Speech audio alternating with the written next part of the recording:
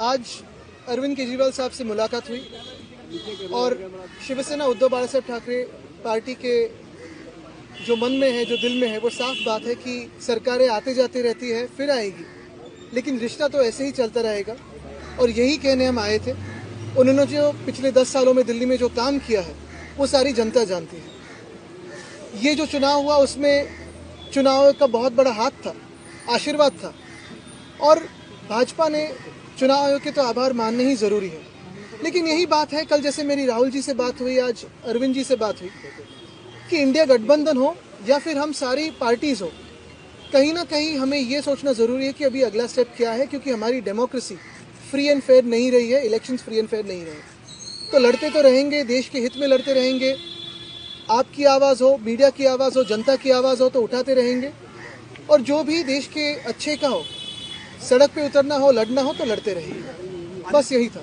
लेकिन आपको नहीं लगता जो आपसी कन्फ्लिक्ट था उसका नुकसान भी जो है हुआ है, और दोनों ही पक्षों की तरफ? देखिए, काफ़ी सारी इसकी एनालिसिस हो सकती है, होगी भी, दोनों पार्टी अपनी अपनी एनालिसिस रखेगी, लेकिन हमारी तरफ से जो रिश्ता है वो रहेगा, जो दोस्ती है वो तो रहेगी।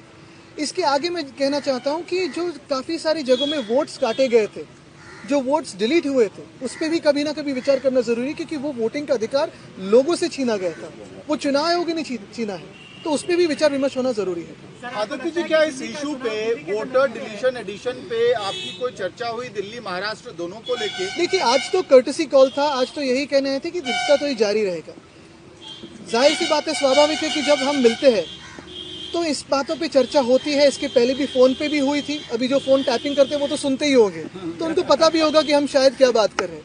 लेकिन हमने ये भी कहा है कि इस पे स्टडी करके जो हम प्रश्न चिन्ह उठा रहे हैं, जैसे महाराष्ट्र में 47 लाख वोटर्स कहाँ से बढ़े हैं, 76 लाख वोट्स आखिरी समय के बाद किसने वोटिंग किया है, इसकी कोई वीडियो फुटेज है क्या, टोकन्स है क्या? चुनाव आयोग इस पे बात करने के लिए बिल्कुल तैयार नहीं है। और ये सारी बातें अगर आप देखें तो हरियाणा हो, उड़ीसा हो, दिल्ली हो, मध्य प्रदेश हो, महाराष्ट्र हो, सारी जगह कॉमन है। ये एक पैटर्न दिखने लगा है। तो हमारे देश में आज फ्री एंड फेयर इलेक्शंस होते नहीं है, इसी का ये सबूत है। सर, कैसे टैकल करेंगे सिचुएशन को? अगर आप आरोप इलेक्शन कमीशन पे लगा रहे हैं तो फिर टैकल कैसे करेंगे, क्योंकि वही मेन बॉडी है? तो टैकल करने के लिए तो हम साथ में हैं और लड़ेंगे, क्योंकि ये देश हित की बात है।